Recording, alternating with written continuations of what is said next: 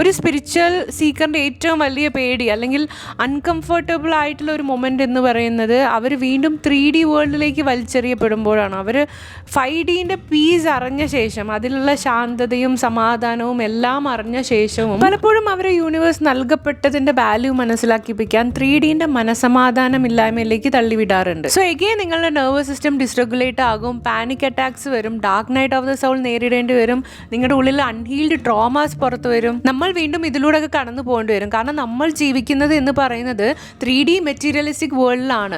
24 hours നമ്മൾ deal ചെയ്യുന്ന മനുഷ്യരും അതേപോലെ നമ്മൾ നേരിടുന്ന സിറ്റുവേഷൻസും വന്നിട്ട് 3D സിറ്റുവേഷൻസ് ആണ്.